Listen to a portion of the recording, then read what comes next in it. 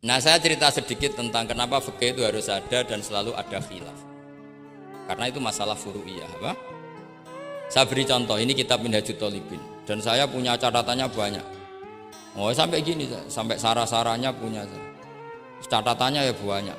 Saya bangun tidur aja bisa, saking seringnya belajar. Dan saya alhamdulillah tidak punya masalah ingatan, jadi kadang banyak guru punya masalah apa? Ingatan. Tapi tidak perlu dianggap harus kemana gitu, ke rumah sakit apa, tidak perlu, nggak ingat gitu.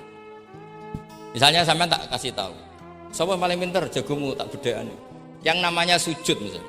Sujud itu apa coba? Secara lughat. Wat'ul jabha alal ardi. Sehingga Imam Rafi'i berpikir sujud itu asal ada wat'ul jabha alal ardi ya sah adanya. Dan beliau mengklaim, ini saksinya Pak Khairuddin ini, wasabe as-sujud wa aqalluhu mubasyaratu ba'di jabati musallahu. Ya. Beliau hanya mengatakan wala yajibu wat'u yadaihi wa rukbataihi wa qadamaihi fil adhar. Wala yajibu. Ini kalau enggak percaya, kapan baca? Masih Tarahum bisa ya? Coba baca. Wala yajibu supaya wat'u yadaihi pakai nada Indonesia, jangan nada negara sebelah coba. Wala yajibu wa rukbataihi wa qadamaihi fil adhar. Jadi menurut Imam Rafi'i ketika sujud itu tidak harus wat'ul yad, tidak ada wat'ul rukbah, tidak ada wat'ul. Nah, karena secara lughat yang namanya sujud itu ya seperti itu, wat'ul jabha. Dan sujud itu sudah dikampanyakan sedemikian rupa bentuk apa ketertundukan tertinggi, yaitu dengan wat'ul jabha. Artinya posisi kepala di bawah pantat. Tapi terus Minhajut Thalibin, padahal Imam Rafi'i ketika ngarang itu menyebut fil adhar dalam kitab Al-Muharrar. Terus kultu kata Imam Nawawi al adhar wujubuhu. Ya masyhur kan, karena Imam Nawawi berdasar riwayat umirtu an asjuda ala sabati azumin al jabha wal yaden warubaten wal qadam. Saya baca lagi ya, umirtu an asjuda ala sabati azumin apa al jabha wal yaden warubaten wal qadamain. Nah, andekan Imam Rafi'i ketemu Imam Nawawi, kamu ikut kubu siapa? Nawawi kan? Nah, sekarang oke, berdasar riwayat dan praktek guru-guru kita semuanya seperti itu. Kalau sujud melibatkan 7, oke, itu berdasar riwayat dan berdasar perilaku guru-guru kita. Oke, secara sanad kita tidak punya pilihan, pasti seperti itu, ikut guru. Tapi kalau pertanyaannya dibalik, saya ulang, pertanyaannya dibalik. Min asbabir riddah itu adalah sujud lisonamin. Kira-kira kalau ada orang sujud hanya wat'ul jabah lisonamin, sudah murtad apa belum? Murtad kan? Loh enggak, sudah murtad belum? Termasuk murtad kan sujud lisonamin atau li ghairillah. Kira-kira untuk murtad syaratnya melibatkan 7 anggota apa cukup wat'ul jabah?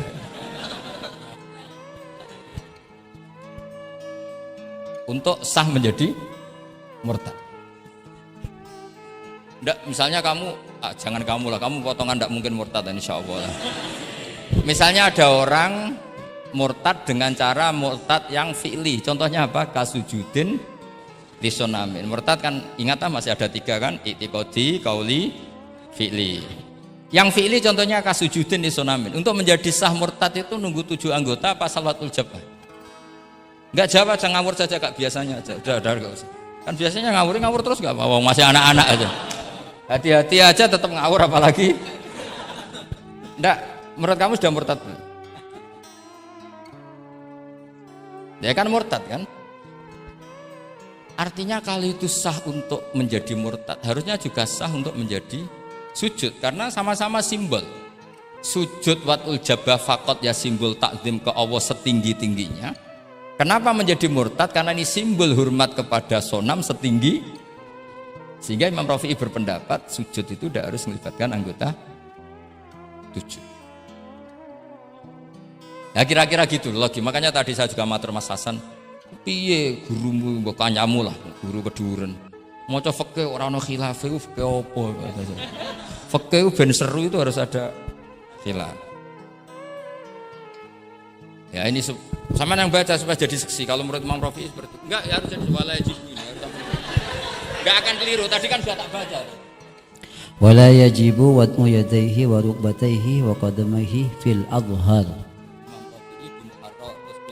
Qultu al adhar wujubuhu. Ya kan sama-sama bilang al-adhar. Imam Rafi'i bilang enggak wajib ya al-adhar.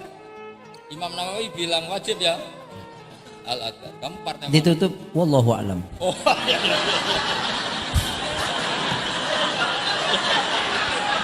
Enggak ada Gus. Ada walam. Enggak, wallahu a'lam. Aduh, ini enggak ada penggantinya.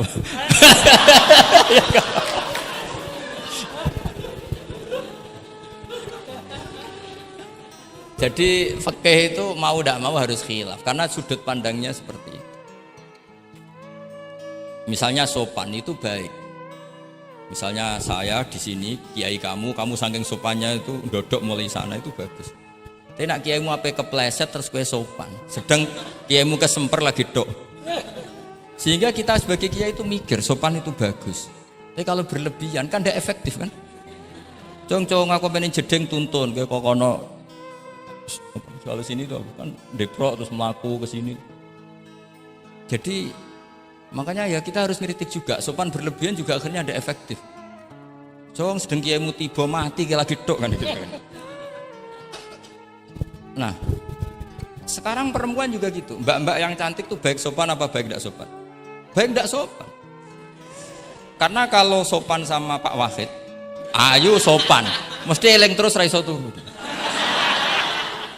Tapi nak rasopan, seneng aku, gaji ini Mahatali mau piro. Itu langsung lupa. Dan itu bagus karena melupakan Nah, lo betul ini kan katanya tadi siapa yang hafal Quran? Ya nisa an-nabi lastunna ka ahadim inan nisa. Ini taqaitunna fala takhdu'na bil qaul fayatma alladzi fi qalbihi marad. Wahai orang-orang yang cantik, kalau ketemu lelaki itu jangan terlalu sopan. Fala takhdu'na bil qaul. Kalau ngomong jangan terlalu khudu karena bawaannya lelaki yang fi qalbihi maradun, khudu itu dianggap mau. Dan tadi ada Mbak cantik sama Pak Khairuddin atau sama Pak Wahid sopan. Mohon kalau derek guru mawon, mesti pikirannya, oh maksudnya gelem tak wayo, mesti dah padahal maksudnya derek itu menderek mata pelajaran. Tapi utek-utek begini itu kan, yang fikol dia apa? Marot, contoh saja loh. Tapi bisa fakta. Itu mesti pikirannya itu kemana-mana. Mohon kalau derek Pak Fakid mawon, ngomong mau ngaju, nak sengaja kan rati pikir. Sehingga unik. Khusus perempuan yang cantik itu sopan itu tidak baik di dalam komunitas lelaki yang fi qalbihi karena pikirannya mesti padahal Mbak tadi bilang gitu maksudnya anut Pak Wahid ikut mata pelajarannya tapi pikirannya sampai kan bisa enggak gitu. Fala takhdu'na bil qauli fayatma alladzi, itu hebatnya Quran. Jadi psikologi lelaki juga dibicarakan. Bawaannya lelaki kalau ketemu perempuan cantik kok sopan, kok memberi harapan, itu terus golek dukun mahabbah nih. Kayak apa pinternya Quran? Nah ini sayangnya yang hafal baru 4. Padahal saya satu mobil saja tadi hafal berapa Gus? Pakai satu mobil. Karena pondok saya memang pondok tahfidz. Jadi yang derekno saya banyak yang hafid. Jadi satu kelas kalah dengan satu mobil. Supir saya hafal Quran, penderek saya hafal Quran, yang bawakan tas ya. Oh kalah jauh itu sudah.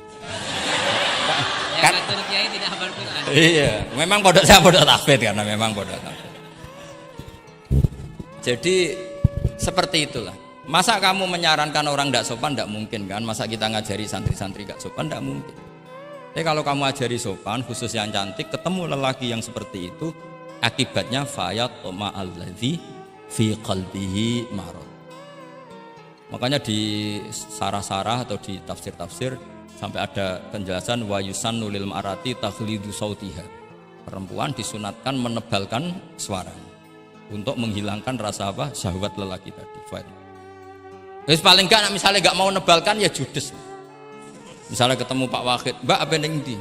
Gak urusanmu. Oh, itu mesti langsung lali.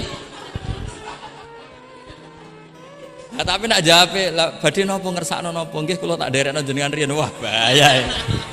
Padahal maksudnya derekno iku ya mata pelajaran, tidak ada hubungannya dengan mau dinikah. Ketemu naudzubillah lah kalau itu. Nah, itu fikih. Jadi fikih itu menginduk ke usul fikih. Tapi usul fikih sendiri itu kalau tidak ngerti fikih jadi itu jadi liar. Karena khayalnya lebih tinggi. Makanya banyak orang yang pengagum usul fikih itu jadi liberal karena terus terlalu banyak khayal. Maka pondok-pondok itu harus ada fikih dan ada usul. Saya beri contoh liar itu begini misalnya. Maqasidus syariah itu kan bisa subjektif. Sehingga Imam Syafi'i itu yang kritik man istahsana faqad syarra'a. Orang yang sering berpikir istihsan faqad syarra'a, maka dia mau berpikir bikin syariat tandingan. Misalnya gini, saya ini kiai yang suka tirakat. Karena dulu misalnya mondoknya itu suka tirakat. Terus santrinya diwajibkan puasa setahun atau diwajibkan nggak boleh makan nasi. Itu bikin syariat tandingan. Karena apa? Tahrimu malam yahrum, mengharamkan sesuatu yang tidak haram. Atau mewajibkan ijabu malam yajib. Itu termasuk kriminal cara Sulam Taufik. Loh iya, bahkan Sulam Taufik mengebabkan itu di bab riddah. Saya ini sudah tak toleransi, temu tak tulis minal kabair. Kalau di Sulam Taufik dimasukkan bab riddah karena ijabu malam yajib berarti bikin syariat. Atau tahrimu malam yakhrum juga artinya bikin. Tidak tahu guru di sini biasanya tahrimu malam yakhrum apa tahrimu malam yuharram. Umumnya bacanya apa? Bisa dua. Ya rodok maju berarti sermayan. Nah, tapi kamu tidak bisa menyalahkan kiai-kiai yang mengharuskan muridnya tirakat karena itu cara untuk kasrus syahwah misalnya, untuk memecah syahwat. Tapi tetap saja nggak boleh mewajibkan karena nanti ada syariat tandingan, nggak boleh. Syariat ini sudah sempurna, nggak boleh ada syariat baru.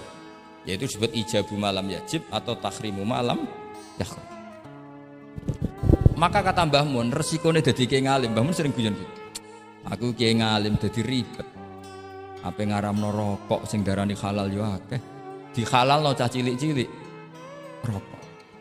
Jadi kiai itu kan lebih tunduk ke konstitusi ilmu. Ribet. Misalnya begini, sampean tak bedheki. Assalamualaikum ketika salam itu yang wajib salam pertama apa salam kedua? Pertama. Itu wajib niat mufaroqah apa niat menghabisi sholat atau mengakhiri sholat apa enggak perlu niat? Nah, mesti ulama berdebat. Karena ketika Allahu Akbar bisa Allahu Akbar demo, bisa Allahu Akbar niat sholat. Maka untuk membedakan, lo kan bisa aja kan? Demo itu udah harus berontak enggak? Misalnya kamu ngerti perempuan yang kamu cintai, ternyata omongan mbek Pak Guru Khairuddin kan Allahu Akbar, guru kok ngono kan gitu kan.